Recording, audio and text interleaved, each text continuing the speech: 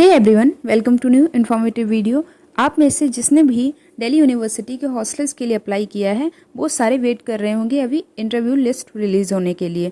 तो जब interview list release होगी तो उसमें आपको ऑफलाइन वेरिफिकेशन के लिए भी जाना होगा। ऑफलाइन डॉक्यूमेंट वेरीफाई होंगे और आपसे कुछ एक क्वेश्चंस पूछे जाएंगे इंटरव्यू के टाइम पे, जिससे रिलेटेड मैं वीडियो चैनल पे डाल दूंगी। वो वीडियो आप देखेंगे तो आपके सारे ही डाउट्स इंटरव्यू से रिलेटेड क्लियर हो जाएंगे। तो इस वीडियो में बात होगी कि आपको इंटरव्यू के टाइम पे या फिर इंटरेक्शन के टाइम पे या फिर ऑफलाइन डॉक्यूमेंट वेरिफिकेशन के टाइम पे कौन कौन से डॉक्यूमेंट्स हैं जो कैरी करने चाहिए। और जो मैं डॉक्यूमेंट्स की लिस्ट आपको दिखाऊंगी, मैंने जो ऑफिशियल वेबसाइट्स हैं हॉस्टल्स की, उन पे जो बुलेटिन पढ़ा होता है हॉस्टल बुलेटिन, उनको पढ़ा है।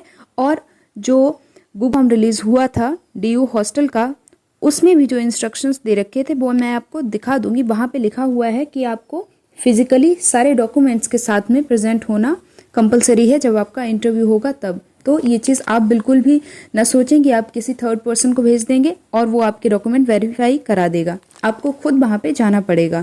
तो वीडियो को मैं स्टार्ट करती हूँ। सबसे पहले मैं आपको वो ऑफिशियल पेज दिखा देती हूँ जिसका मेरे पास स्क्रीनशॉट है, जो कि फॉर्म जब रिलीज हुआ था DU हॉस्टल्स एडमिशन के लिए, उसमें लिखा हुआ था इंस्ट्रक्शंस में। तो मैं आपको सबसे पहले वो दिखा देती हूँ। आज के वीडियो में मैं जो डॉक्यूमेंट्स बताऊंगी, मैं अभी भी बोल रही हूँ, वो सारे ले जाना कंपलसरी है। आप उनमें से कोई डॉक्यूमेंट मिस मत करें। हो सकता है आप में से कई लोग दिल्ली के लिए ट्रेवल करें और वहाँ पे कोई ऐसा डॉक्यूमेंट आपसे मांग लिया जाए जो आपके पास हो ही ना। हो सकता है कोई डॉक्यूमेंट आप मिस करें, आपके हॉस्टल में एडमिशन मिलने के चांसेस कम हो जाएं। तो आप ऐसी किसी भी तरह की रिस्क न लें। तो चलिए वीडियो को स्टार्ट कर लेते हैं। सबसे पहले तो आप यहाँ पे देख सकते हैं 8th पॉइंट जो है, यहाँ पे लिखा हुआ है applicants must be physically present for interaction with original documents. यानी कि सारे ही डॉक्यूमेंट्स जो अभी मैं आपको बता दूंगी उनकी ओरिजिनल कॉपी आपके पास होनी चाहिए। फोटो कॉपीज तो होनी ही चाहिए और जो डॉक्यूमेंट सेल्फ अटेस्ट करने थे वो सेल्फ अटेस्ट भी होने चाहिए। या मैं बता दूंगी कौन कौन से डॉक्यूमेंट आपको जो है खुद से सेल्फ अटेस्ट करने होंगे, वो तो आप वहीं पे कर लेंगे। और अगर आपको अपने किसी पेरेंट्स से या फिर लोकल गार्जियन से जो डॉक्यूमेंट सेल्फ अटेस्ट करवाने हैं वो भी मैं आपको बता दूंगी, क्योंकि हो सकता है वो आपके साथ में प्रेजेंट ना हो, बाद में फिर आपको कोई इशू हो जाए। तो अब मैं स्टार्ट कर रही हूँ कि कौन कौन से डॉक्यूमेंट्स आपको लेके जाने चाहिए। तो सबसे पहला जो डॉक्यूमेंट है वो है, या फिर सबसे पहले मतलब मैंने लिखा है पासपोर्ट साइज फोटोग्राफ्स। आपको अपनी रिसेंट पासपोर्ट साइज फोटोग्राफ्स लेके जानी है। ये मैं आपको बता दूं, लगभग आप 4 to 5 फोटोग्राफ्स लेके ज़रूर जाएं।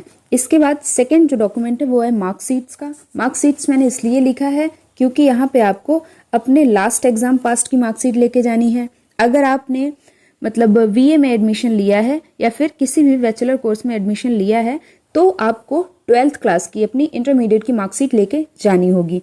और 10th की मार्कशीट भी आपके लिए ले जाना कंपलसरी है, क्योंकि वो आपके डेट ऑफ बर्थ को वेरीफाई करने के लिए होती है।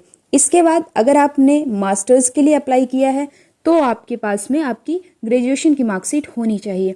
अगर आपकी ऑफिशियल मार्कशीट अभी तक आपको नहीं मिली है, क्योंकि अभी उतना टाइम नहीं हुआ है कि आपको ऑफिशियल मार्कशीट मिल जाए जो भी पास आउट हुए हैं, तो जो उनके पास में प्रोविजनल मार्कशीट है जो उन्होंने वेबसाइट से डाउनलोड की होगी, अपने अपने कॉलेजेस की वेबसाइट से डाउनलोड की होगी या फिर यूनिवर्सिटी की वेबसाइट से डाउनलोड की होगी। फॉर एग्जांपल, अगर आप DU से आपने ग्रेजुएशन किया है तो आपने CSS पोर्टल से प्रोविजनल मार्कशीट डाउनलोड की होगी, उसकी आप फोटोकॉपी निकलवा लें और उसको भी आप लेके जा सकते हैं। ये बात उन लोगों को भी पता है कि अभी ऑफिशियली आपको मार्कशीट नहीं मिली होगी, तो इससे कोई इशू नहीं होगा। तो ये 3 मार्कशीट्स हैं जो आपके पास वहाँ पे होनी चाहिए, 10th, 12th एंड आपकी ग्रेजुएशन की मार्कशीट, अगर आप MA के लिए या फिर मास्टर्स के कैंडिडेट हैं तो। इसके बाद में सर्टिफिकेट्स की बात करूं तो सर्टिफिकेट्स में आपके पास में आप जिस भी कैटेगरी के हैं, फॉर एग्जांपल आप OBC NCL का रिजर्वेशन क्लेम कर रहे हैं तो आपके पास वो सर्टिफिकेट होना चाहिए। अगर आप SC कैटेगरी के कैंडिडेट हैं तो आपके पास वो सर्टिफिकेट होना चाहिए। इसी तरह से आप जिस भी कैटेगरी के कैंडिडेट हैं आपके पास वो सर्टिफिकेट होना चाहिए। फॉर एग्जांपल, आप EWS कोटा अवेल करते हैं तो आपके पास में EWS सर्टिफिकेट होना चाहिए। और ये सारे ही सर्टिफिकेट्स अपडेटेड होने चाहिए, पुराने नहीं होने चाहिए, नहीं तो वहाँ पे ये सारे ही सर्टिफिकेट्स जो हैं रिजेक्ट कर दिए जाएंगे। तो ये चीज़ आप ध्यान रखें। इसके बाद में 4th डॉक्यूमेंट है रेजिडेंस प्रूफ। ये रेजिडेंस प्रूफ किसका? आपके रेजिडेंस प्रूफ की मैं बात कर रही हूँ, क्योंकि डीयू का जो हॉस्टल का क्राइटेरिया है, एलिजिबिलिटी क्राइटेरिया है, उसमें सीधा सीधा लिखा, यानी कि आपका घर दिल्ली यूनिवर्सिटी से विद इन 70 किलोमीटर डिस्टेंस पे पड़ता है तो आप दिल्ली यूनिवर्सिटी के हॉस्टल्स के लिए एलिजिबल नहीं होते हैं। आपका घर जितना दूर है उतने ही आपको चांसेस इंक्रीज हो जाते हैं हॉस्टल मिलने के। तो इसलिए आपका परमानेंट रेजिडेंस प्रूफ वहाँ पे होना कंपलसरी है। इसके लिए मैं आपको बता दूं, आप अपना डोमिसाइल सर्टिफिकेट भी लेके जा सकते हैं। जिस भी स्टेट के हैं आप, वहाँ का एक डोमिसाइल सर्टिफिकेट होता है। सबका फॉर्मेट थोड़ा बहुत ऊपर नीचे होता रहता है तो उसमें कोई इशू नहीं है। और अगर आपके पास डोमिसाइल सर्टिफिकेट नहीं है तो आप अपना आधार कार्ड कैरी कर सकते हैं। आधार कार्ड तो वैसे भी आप कैरी करें ही करें, ये मैं आपको बता रही हूँ। अगर डोमिसाइल लेके जा रहे हैं तो भी आधार कार्ड जरूर कैरी करें, और नहीं भी लेके जा रहे हैं तो आप आधार कार्ड को एज अ रेजिडेंस प्रूफ वहाँ पे दिखा सकते हैं। इसके बाद बात करूँ जो अगले डॉक्यूमेंट्स हैं, 5th डॉक्यूमेंट है आपका फी रिसिप्ट। फी रिसिप्ट कौन सी? जिस कोर्स में आपने एडमिशन लिया है वो आपकी फी रिसिप्ट, एडमिशन फी रिसिप्ट आपको लेके जानी है। तो ये चीज़ आप ध्यान रखें। इसके बाद में 6th डॉक्यूमेंट है नॉन रिसर्च या फिर रिसर्च स्कॉलर फॉर्म। जो रिसर्च स्कॉलर्स हैं उनको रिसर्च स्कॉलर फॉर्म की फिजिकल कॉपी, हार्ड कॉपी लेके जानी होगी, जिसकी फोटो क्लिक करके आपने वेबसाइट पे, हॉस्टल वेबसाइट पे अपलोड की होगी जब आपने फॉर्म फिल किया होगा तब। इसके बाद में जो नॉन रिसर्च स्कॉलर्स हैं, यानी कि मास्टर्स और ग्रेजुएशन के स्टूडेंट्स हैं, उनको नॉन रिसर्च स्कॉलर फॉर्म लेके जाना होगा। इसके बाद में 7th डॉक्यूमेंट है फाइनेंशियल गारंटर या फिर जो कंसेंट फॉर्म है लोकल गार्जियन का। दो फॉर्म होंगे आपके पास में, जिसकी फोटो क्लिक करके आपने PDF बना के या फिर जिस भी फॉर्मेट में आपने हॉस्टल फॉर्म फिल किया होगा उसमें अपलोड की होगी, तो वो कॉपी आपको लेके जानी है। तो अगला जो डॉक्यूमेंट है वो डॉक्यूमेंट है एफिडेविट, और ये एफिडेविट कितने 2 लेके जाने हैं। इससे रिलेटेड मैंने ये वीडियो चैनल पर ऑलरेडी अपलोड कर दिया है। अभी तक अगर आपने एफिडेविट नहीं बनवाए हैं तो अभी भी काफ़ी टाइम है, आप जाके एफिडेविट बनवा सकते हैं। बनवाने में बिल्कुल भी मतलब ज़्यादा टाइम नहीं लगता। अगर आप किसी एडवोकेट को जानते हैं तो नहीं भी जानते हैं फिर भी आपका एफिडेविट बन जाता है। उनके कुछ चार्जेस होते हैं वो आपको पे करने होते हैं और आपका एफिडेविट इजीली बन जाएगा। उसका ऑफिशियल फॉर्मेट क्या है, जो एफिडेविट सबमिट किए जा चुके हैं, मैंने हॉस्टल से पता किया है, उनका ऑफिशियल फॉर्मेट क्या है वो मैंने आपको इस वीडियो में बताया है। ये वीडियो आप जाकर देख सकते हैं। आपके सारे ही डाउट्स इस डॉक्यूमेंट से रिलेटेड रिजॉल्व हो जाएंगे। तो ये आपको लेके जाना है। अब मैं आपको दिखा दे रही हूँ। आप में से किसी ने कमेंट भी किया था कि ये अभी ले जाना है एफिडेविट या फिर जब आपका एडमिशन कंफर्म हो जाए तब, तो मैं इसके लिए आपको अभी दिखा दे रही हूँ। यहाँ पे आप 9th पॉइंट देख सकते हैं, submit an affidavit by 2 local guardians on a 100 rupees stamp paper at the time of admission. वैसे तो यहाँ पे लिखा है कि एडमिशन टाइम पे लेके जाना है। इसी तरह से आधार कॉपी ऑफ पेरेंट्स, वो भी एडमिशन टाइम लेके जाना है। लेकिन हो सकता है कुछ नहीं पता होता ये सिस्टम किस तरह से वर्क करता है, तो आप अगर बन सकता है एफिडेविट आपका, वैसे तो वो आपको टाइम दे देंगे। इतना कोई भी वहाँ पे वैसा नहीं होता कि आपको इसके लिए टाइम ना मिले। आप रिक्वेस्ट करेंगे तो एफिडेविट बनवाने के लिए आपको टाइम दे दिया जाएगा। लेकिन अगर आप बनवा सकते हैं, क्योंकि आपको बनवाना तो पड़ेगा ही, तो अभी बनवा लीजिए, वो ज़्यादा अच्छा होगा आपके लिए। मैंने आपको ग्राउंड रियलिटी बता दी है, तो अब आपके ऊपर डिपेंड करता है कि आप अगर बनवा सकते हैं। मैं फिर से बोल रही हूँ, तो प्लीज़ इसको बनवा के रख लें। आगे बढ़ूँ तो अगले डॉक्यूमेंट की बात करती हूँ। अगला जो डॉक्यूमेंट है आपका, जो आपको लेके जाना है, वो है लोकल गार्जियंस का रेजिडेंस प्रूफ। 2 लोकल गार्जियंस हैं। 2 लोकल गार्जियन होना कंपलसरी अगर आप DU हॉस्टल्स के लिए अप्लाई कर रहे हैं तो। ये तो DU हॉस्टल्स के इंस्ट्रक्शंस में भी लिखा हुआ था।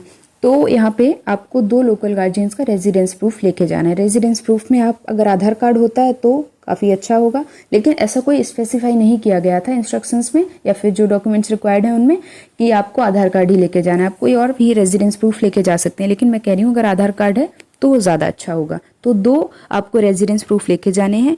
इसके बाद में अगला जो डॉक्यूमेंट है वो है hard copy of application form. Last but not the least, ये आपको लेके जाना ही जाना है, क्योंकि अभी जो अंबेडकर गांगुली की नोटिस रिलीज हुई है उसमें लिखा हुआ है कि आपको एप्लीकेशन फॉर्म की हार्ड कॉपी लेके आनी है। तो बाकी हॉस्टल्स भी ज़रूर ये मांगेंगे। तो आपको मैं बता दूं ये आप कैसे डाउनलोड करेंगे, क्योंकि अब तो रजिस्ट्रेशन डेट क्लोज हो चुकी है एंड आप में से कई लोगों को पता भी नहीं होगा कि इसका जो ऑफिशियल PDF है वो आपके ईमेल पे ऑलरेडी सेंड किया जा चुका है। तो आप जाके वहाँ से डाउनलोड कर सकते हैं। अगर उसको डाउनलोड करने में कोई इशू आता है तो उसके लिए आप ये वाला वीडियो चैनल पर चेकआउट करिए, आपके सारे डाउट्स रिजॉल्व हो जाएंगे। इसके बाद कुछ ऐसे डॉक्यूमेंट्स हैं जिनको मैंने अदर्स में डाला है, आप देख सकते हैं इन्हें।